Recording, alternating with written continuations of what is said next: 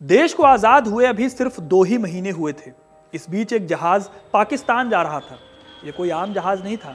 इस जहाज के पिछले हिस्से में हीरे जवाहरात से भरे हुए बक्से रखे हुए थे।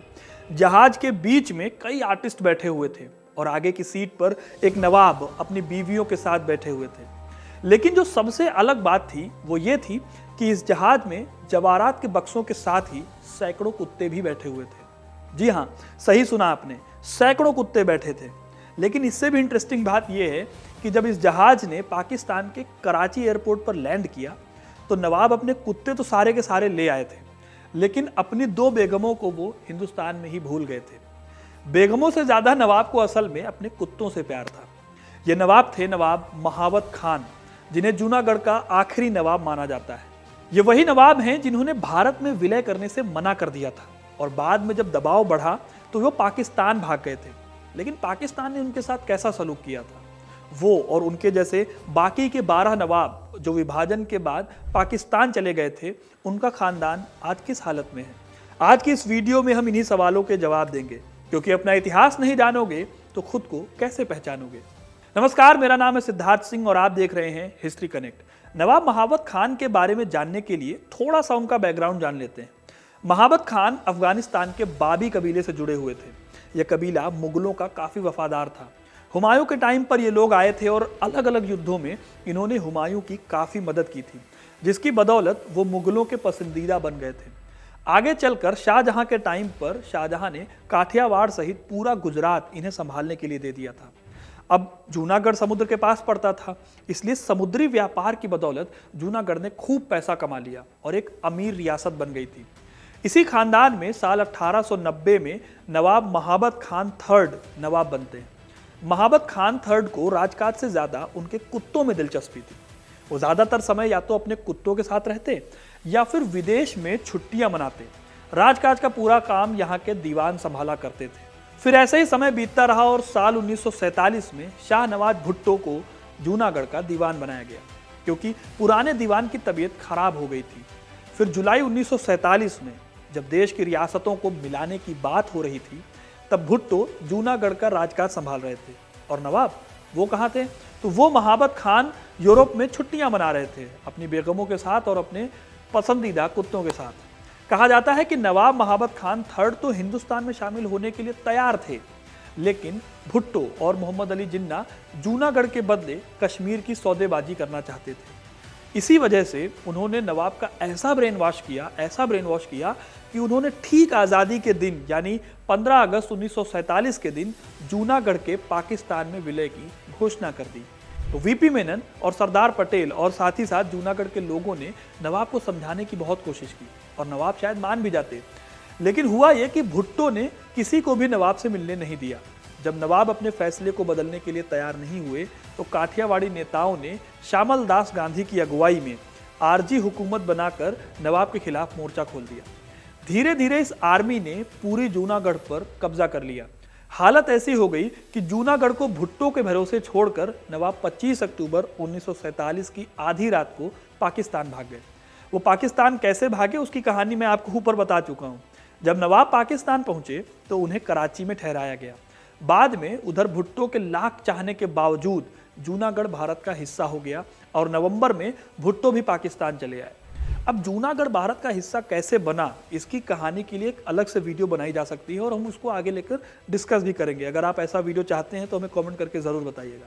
फिलहाल हम अपनी कहानी में आगे बढ़ें तो हुआ ये कि नवाब अपना सब कुछ छोड़कर पाकिस्तान पहुंच गए थे, लेकिन उन्हें वहाँ वो इज्जत नहीं मिली जो उन्होंने सोची थी।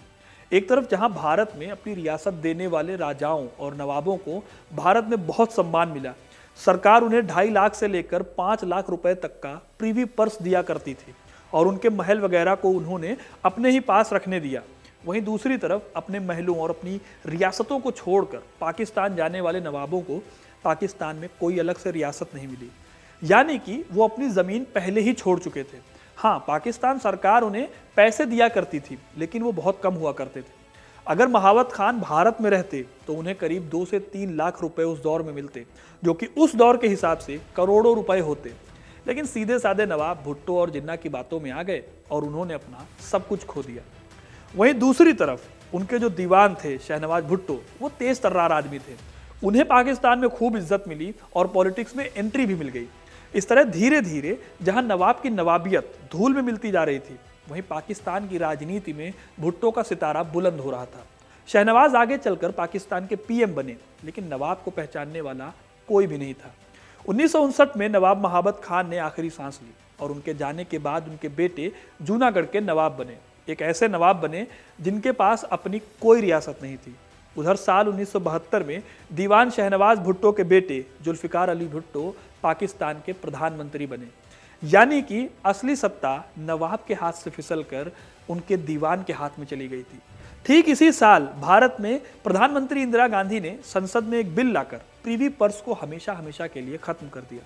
उनके इस फैसले की भारत में खूब तारीफ हुई। उनकी इमेज गरीबों का भला चाहने वाले नेता के तौर पर उभर कर आई। इंदिरा गांधी ने ही साल 1971 की जंग जीतकर ईस्ट पाकिस्तान को बांग्लादेश बना दिया था। इसी वजह से जुल्फिकार को लगा कि अगर वो भी प्रीवी पर्स को खत्म कर देंगे तो लोग उन्हें भी गरीबों का मसीहा समझेंगे और उनका ध्यान बांग्लादेश वाली हार से भी हट जाएगा। इसीलिए उन्होंने भी इंदिरा गांधी की देखा देखी प्रीवी पर्स को खत्म करने के लिए ऑर्डिनेंस पेश किया। यानी कि अब वो जूनागढ़ के नवाब का खर्चा पानी भी बंद करने वाले थे। उनके इस फैसले को भारत छोड़कर पाकिस्तान जाने वाले सभी नवाबों का विरोध मिला। उनके बयान अखबारों की सुर्खियां बनने लगी। कुछ नवाबों ने कहा कि पाकिस्तान बनाते वक्त तो उन्होंने मुल्क के लिए अपने खजाने खोल दिए थे और अब सरकार है कि उनके साथ इतना बुरा बर्ताव कर रही है। उन्हें अगर इस बात का पता होता कि पाकिस्तान में उनके साथ कुछ ऐसा हो जाएगा तो वो शायद कभी भारत छोड़कर आते ही नहीं। काफ़ी विरोध के बाद जुल्फिकार अली भुट्टो ने हालांकि ये पेंशन तो वापस देनी शुरू कर दी, लेकिन इसकी कीमत या इसकी रकम बहुत ज़्यादा कम थी। हालत ये हो गई थी कि पाकिस्तान में शामिल हुई रियासतों के राजाओं को कोई पहचानने वाला नहीं बचा था। पाकिस्तान ने उनकी उतनी इज्जत की ही नहीं। जूनागढ़ के नवाबों को तो खुद पाकिस्तान के लोग तक नहीं पहचानते। नवाब महाबत खान की तीसरी पीढ़ी से आने वाले नवाब मोहम्मद जहांगीर बाबी अपने दादा के फैसले पर बहुत अफसोस करते हैं। एक इंटरव्यू में उन्होंने खुद कहा था कि जूनागढ़ हैदराबाद के बाद दूसरे नंबर का सबसे धनवान राज्य था। उनके दादा अपनी संपत्ति जूनागढ़ में ही छोड़कर पाकिस्तान चले आए थे। यहाँ तक कि उन्होंने जूनागढ़ की संपत्ति के बदले में पाकिस्तान से कोई संपत्ति भी नहीं मांगी। तब भी पाकिस्तान ने उन्हें उनके हाल पर ही छोड़ दिया। आज उन्हें जो पेंशन मिलती है वो किसी चपरासी की सैलरी से भी कम है। वैसे दोस्तों, ये हाल सिर्फ जूनागढ़ के नवाबों का नहीं था, बल्कि भारत छोड़कर पाकिस्तान जाने वाले हर एक नवाब के साथ कुछ ऐसा ही हुआ और उनके परिवारों की हालत भी आज ऐसी ही है। साल 1971 में पाकिस्तान की सरकार ने नवाबों का रॉयल स्टेटस हमेशा के लिए खत्म कर दिया। यानी कि अब ये नवाब भी नहीं रहे। एक तरफ जहां भारत की रियासतों में सिंधिया, गायकवाड़ और निज़ाम राजाओं के पास उनके पूर्वजों के महल और किले तो हैं ही, साथ ही उनकी राजनीति में अच्छी खासी जगह भी है। वहीं पाकिस्तान में जो नवाब गए उन्हें उनके अपने देश में भी कोई नहीं पूछता। तो दोस्तों, ये थी कहानी जूनागढ़ से पाकिस्तान चले जाने वाले नवाब महाबत खान थर्ड की और उनके साथ ही कुछ उन नवाबों की भी, यानी कि उन 12 नवाबों की भी जो भारत छोड़कर पाकिस्तान गए थे। आपको ये कहानी कैसी लगी हमें कमेंट करके ज़रूर बताइएगा। वीडियो को लाइक और शेयर करना ना भूलिएगा और ऐसी तमाम इंटरेस्टिंग कहानियों के लिए हिस्ट्री कनेक्ट को सब्सक्राइब जरूर करें। धन्यवाद।